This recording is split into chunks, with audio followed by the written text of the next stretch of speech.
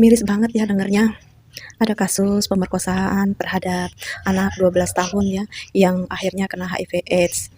Dan anak ini pada awalnya merupakan seorang anak piatu ya. Pada awalnya itu ayah dan ibunya bercerai. Kemudian sang anak ini ikut dengan sang ibu, dan sang ibu memiliki kekasih. Ya, kala itu anak ini berusia 7 tahun. Kekasih dari sang ibu ini kemudian memperkosa si anak yang baru berusia 7 tahun.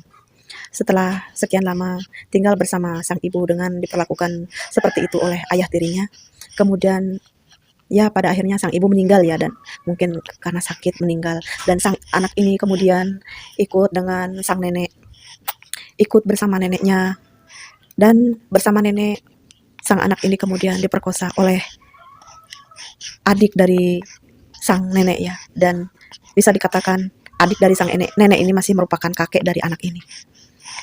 Dan setelah sekian lama tinggal bersama nenek, kemudian tinggal bersama tantenya. Tinggal dengan tante ternyata semakin memperburuk keadaan dari anak ini ya. Tinggal bersama tante, justru anak ini diperdagangkan ya, dijadikan seorang PSK ya, di usia yang masih 11 tahun. Sehingga anak ini terkena penyakit HIV/AIDS ya, dikarenakan mungkin harus bergonta-ganti laki-laki ya. Sementara anak ini masih kecil dan dia itu belum memiliki hasrat untuk melakukan hal yang demikian. Tentunya tersiksa ya dengan anak ini. Saya merasa sangat miris dengan kejadian ini. Alangkah kejamnya dunia ini. Bahkan saudara-saudara di sekeliling kita itu merupakan bumerang, merupakan musuh. Kita yang sudah hidup menderita masih diperlakukan dengan sangat kejam. Keberadaan kita yang sudah tersiksa dimanfaatkan untuk dijadikan uang. Terkadang saya menangis jika melihat hal ini ya. Lihat berita ini di TV, rasanya hati ini seperti teriris-iris.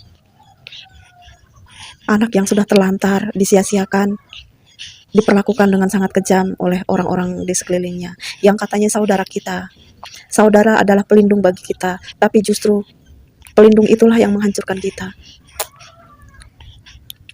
Seekor harimau saja tidak akan memangsa anaknya ya, tidak akan memangsa saudaranya. Tapi kenapa dengan manusia? Justru kadang kita yang menerkamnya, kita yang menyiksanya, yang menghancurkan hidupnya. Saya berharap anak ini kedepannya hidup bahagia ya, di sisa-sisa umurnya. Dan saya dengar untuk sakit AIDS itu tidak ada obatnya. Saya bayangkan selama hidup dari anak ini itu menderita dan tidak menemukan kebahagiaan sedikit pun. Kemudian sakit, dan seumpama diberi umur yang tidak panjang karena kena sakit AIDS. Saya bertanya-tanya, apakah nanti anak ini akan masuk surga?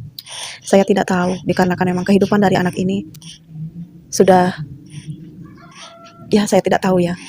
Seorang yang melakukan zina saja haram hukumnya masuk dalam surga. Dan saya tidak tahu bagaimana hukum anak ini ya.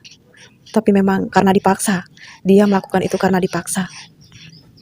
Ya, semoga saja kedepannya walaupun sedikit waktu dia menemukan kebahagiaan dan kemudian diberi hidayah, diberi tempat yang nyaman untuk dia bisa mengabdikan diri kepada Tuhan, kepada Allah, dengan agama apapun ya. Mungkin agama dia berbeda dengan agama kita, mungkin dia non muslim, tapi semoga saja walaupun non muslim suatu saat di akhirat nanti ditempatkan di tempat yang nyaman. Saya hanya berharap seperti itu. Kasihan di dunia ia sudah mendapatkan siksaan. Semoga di akhirat nanti dia mendapatkan kebahagiaan. Hanya itu yang bisa saya ucapkan.